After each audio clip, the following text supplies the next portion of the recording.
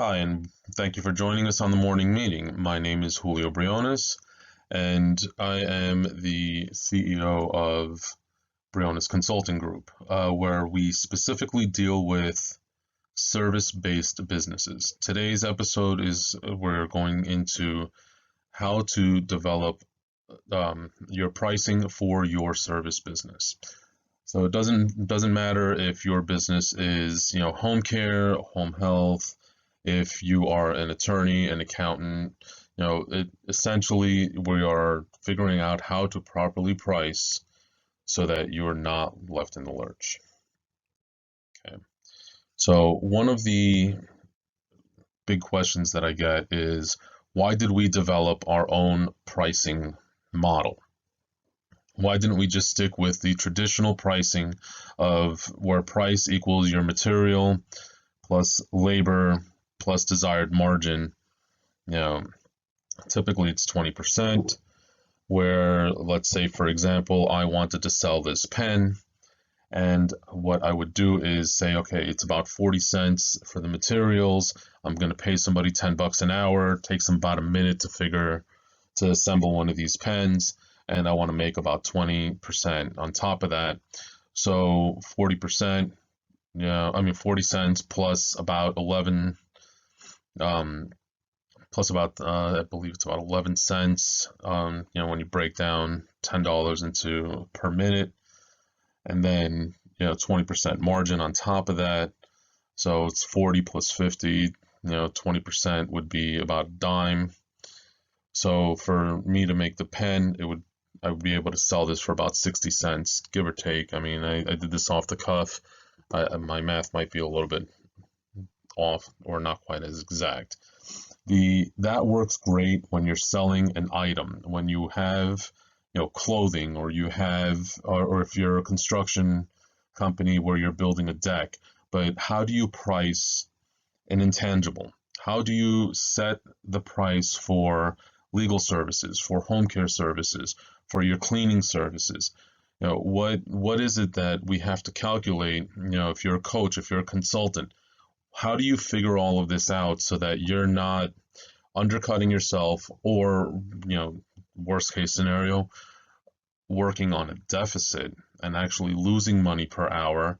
Or that if you're, where you're trying to attract a particular type of client, how do you make sure you don't price yourself out of the market or the target range for them?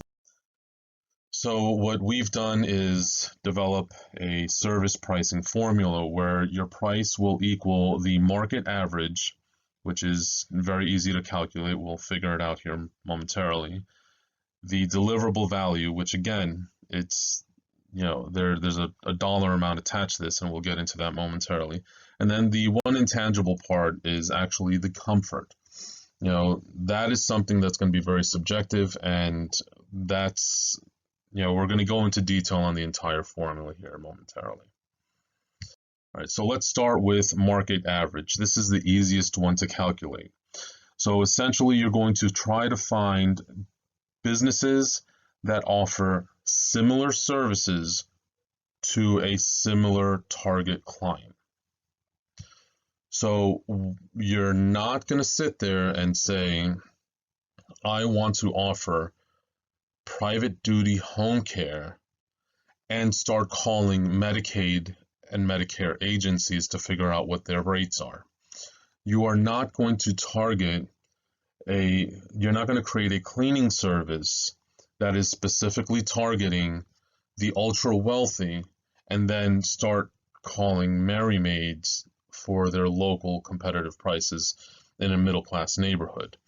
You're not going to open an accounting service and that wants to cater to corporate clients and business owners and then start calling to get the prices for your seasonal tax repair.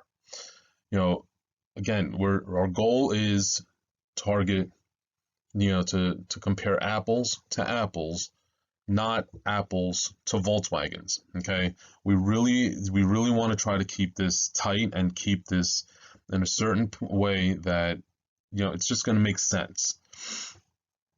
So once you've figured out who you're trying to cater to and what exactly your service is going to be, again, private duty home care, great.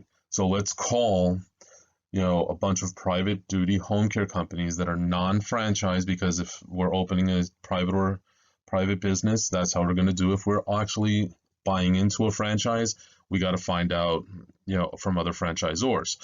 So now that we have the categories set and we've decided which client we're going to go after, and this, I have another video on my year one video series on the same channel where I talk about pricing strategy.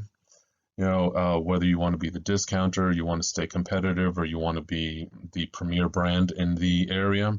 So once you've figured all of this out, you're going to find like providers and you're going to mystery shop them, call them as if you were a client, and try to figure out, what it is that they want, what it is that they're going to do. So once we have our market average, we're going to move on to what is the price to our deliverable value. So a deliverable value is something that is consistently and predictably replicated. Doesn't mean unique, just means that you have found a way to consistently and predictably gain a particular result that solves a problem or a pain that creates satisfaction to the client.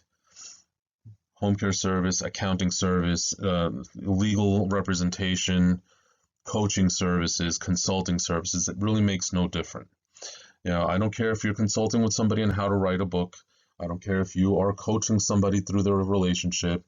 If you're trying to be a web-based personal trainer, if you're trying to start a cleaning service, this criteria has to be met. You have to consistently and predictably replicate your process. You must solve a problem or ease a pain for someone, and you have to create satisfaction within the client. That is a criteria for a deliverable value. Now, once we have that criteria met, we are going to calculate what does it cost or us to deliver this service. So, are there materials? Are you providing a book? Are you providing an hour free service? Are you doing an in-home? Are you doing some sort of a discovery call? What does that cost you? Then we are going to need to figure out what is our cost per hour, okay, or for the time period that it would take to figure out the service. So we would take our desired hourly rate plus the time or the hourly rate that we have to pay somebody else to perform the service, in the sense of like a cleaning service or a home healthcare service. If the minimum wage is $11 an hour, we're going to have to work based on that, because these are criteria that comes in. But either our own desired hourly rate or the hourly rate of an employee, plus the amount of time that it takes. You're going to take that, multiply it by the amount of time it takes to complete the service, the amount of time it takes to prepare for the service, and the amount of time it takes to deliver the service. So your hourly rate times all of that. So let's say we are working with a coach and you desire to end up with an average of $40 per hour when it's all said and done.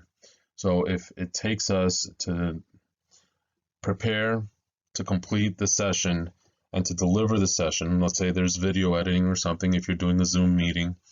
Like, for example, what we do here at Briones Consulting Group is all our sessions are recorded on Zoom and we send a copy to our client. So that takes time.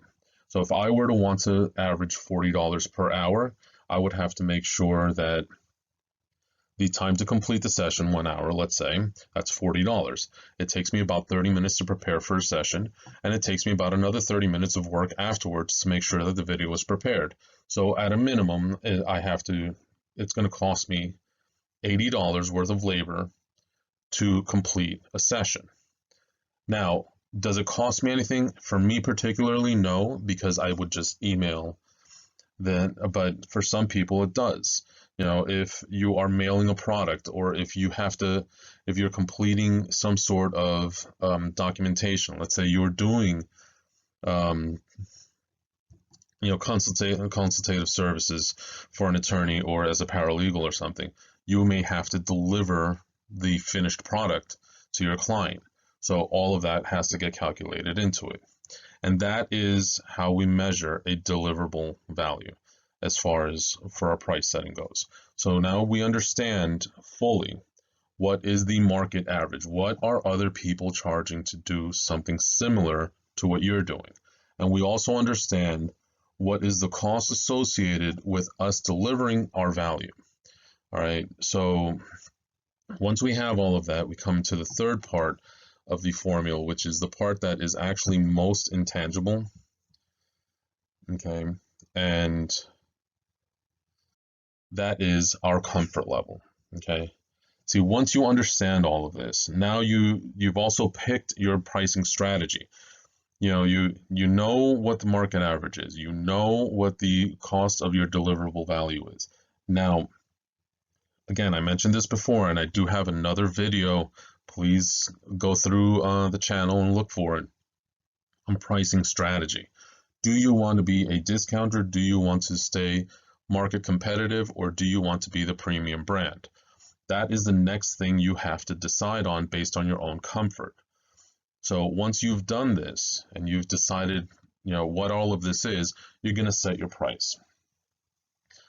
Depending on the type of service you're doing, generally speaking, you are going to pick a price that's about 20% higher than what you're actually comfortable with, and you'll notice that people are willing to pay that. This is what it really comes down to. If I walk into a room and I am comfortable with my price, and let's say I wanted to charge $350 per hour.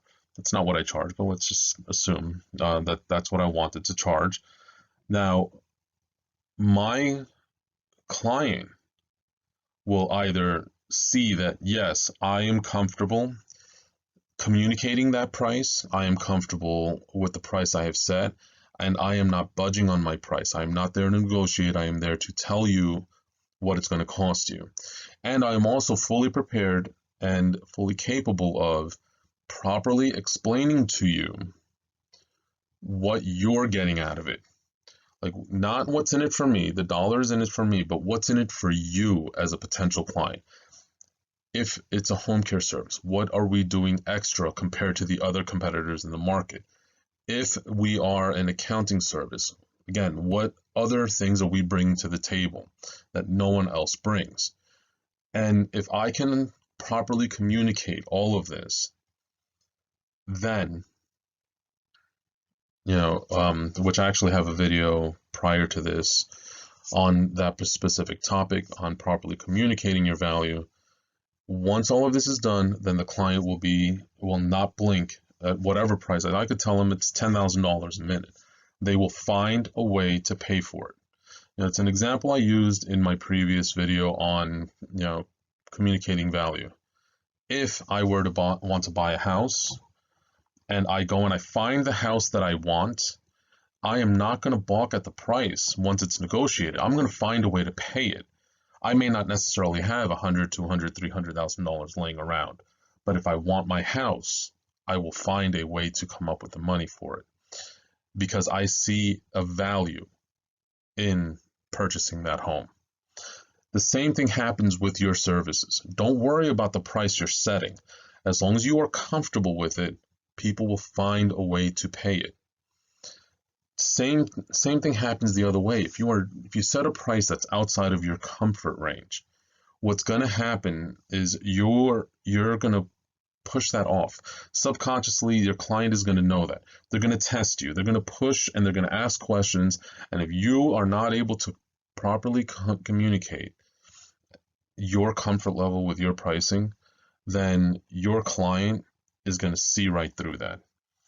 And you're going to lose your client, or you're going to be put into a situation where you have to justify your price, or you're going to have to be willing to negotiate it down to meet that client's needs. In short, in summary, just please always remember your price will equal your market average plus the deliverable value and your own comfort. Also, when mystery shopping, you want to always compare apples to apples, not apples to Volkswagens. Okay. And deliverable value is not the same as perceived value. Please understand that. I may perceive what you're doing as valuable, but many times it is an illusion. I can use social media as a perfect example for this. There are many people posting an extravagant lifestyle, and they are creating that illusion to give you the perception that they are successful, so you will purchase from them. When in reality, if you dig a little bit, it's very easy to debunk a lot of these. I'm not saying everyone, I'm saying that occasional person that does this. Okay. So please understand, the value you can deliver is not the value that perception of value that others falsely create. And finally, if you are not comfortable with your prices, then your client will never be comfortable paying it. You could be the cheapest guy in the area, the most inexpensive service around. If you're not comfortable with the price, they'll never be comfortable paying it. So thank you for joining us, and please remember to like and subscribe this video. Like and share the video and subscribe to our channel if you want to see us continue to put out more content like this. Otherwise, you guys have a great day, and remember to take care of each other.